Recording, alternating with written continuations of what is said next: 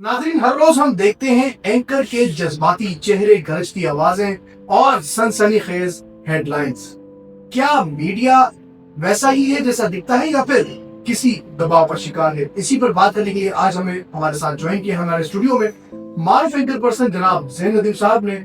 ज़ैन नदीम साहब, अस्सलाम वालेकुम। वालेकुम सलाम। कैसे हैं आप? अल्हम्दुलिल्लाह, आप कैसे हैं?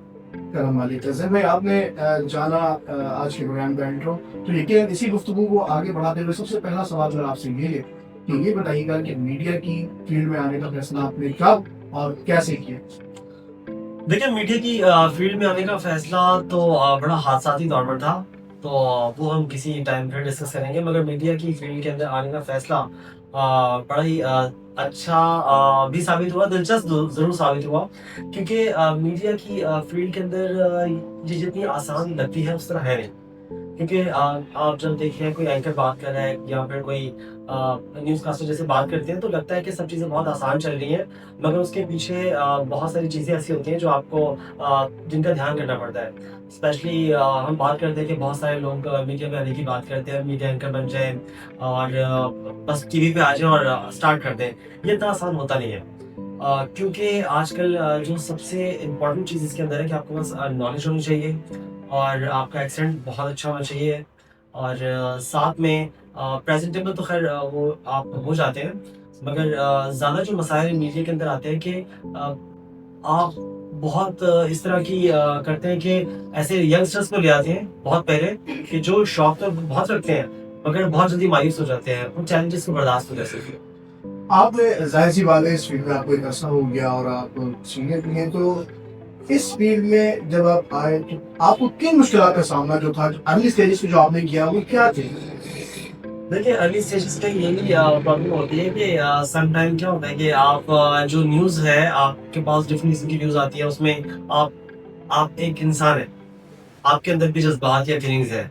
आपको अपने आप को बिल्कुल काम और कॉम्पैक्ट रखना पड़ता है। सम टाइम ऐसी न्यूज़ आजकल आप देखते हैं कि जिसमें रेप केसेस बहुत ज़्यादा आ रहे हैं, जिसमें छोटे बच्चों के साथ या बच्चियों के साथ जिस तरीके से चीज़ें आ रही हैं, सम टाइम आप बहुत इमोशनल हो जाते हैं और जिसके अंदर आप कनेक्टेड हो जाते हैं, मगर इस तरह एक न्यूज़ एंकर को होना नहीं होता।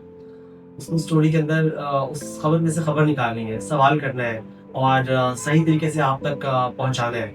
एक न्यूज़ एंकर की मैं आपको बता रहा हूँ। तो उसमें बहुत बार ऐसा होता है कि हम इमोशनल हो जाते हैं या कुछ ऐसे मज़ाहिया इंसिडेंट्स होते हैं कि आपको भी हँसी आ जाती है, मगर ऑन स्क्रीन काफ़ी आपको कॉम्पैक्ट रहना पड़ता है और अपने आप को बड़ा काम रखना पड़ता है और आपको इंस्ट्रक्शंस को भी बड़ा तरीके से फॉलो करना पड़ता है। आप न्यूज़ एंकर आप भी हैं, आप समझते हैं कि जिस तरीके से तीसरी आँख से आपको इंस्ट्रक्शन आ रही होती हैं और आप चेहरे पे स्माइल रखकर चीज़ों को मैनेज कर रहे होते हैं, तो ज़ाहिरी तौर पे तो आपको एक एंकर दिख रहा है, आपको नहीं पता कि एक पल के अंदर वो कितने लोगों से कनेक्टेड है और बात किए बिना उनसे बात कर रहा है।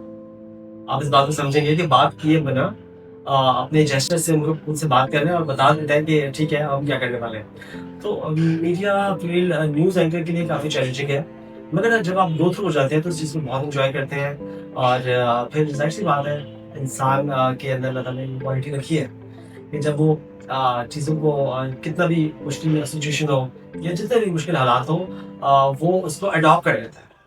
तो आप मीडिया की बात करें या ज़िंदगी के दूसरे किसी भी और भी चीज़ों की बात करें, बस उसमें बिलीव होना चाहिए, क्योंकि जो बिलीव है इंसान का, वो आपको हर काम करवा सकता है। अल्लाह ताला ने बहुत इंसान को सलाहियत दी है, फिज़िकली भी और मेंटली भी। हम सिर्फ़ उसको एक्सप्लोर करते हैं। रखा अल्लाह ने अपने आप के अंदर ये सब कुछ, मगर आप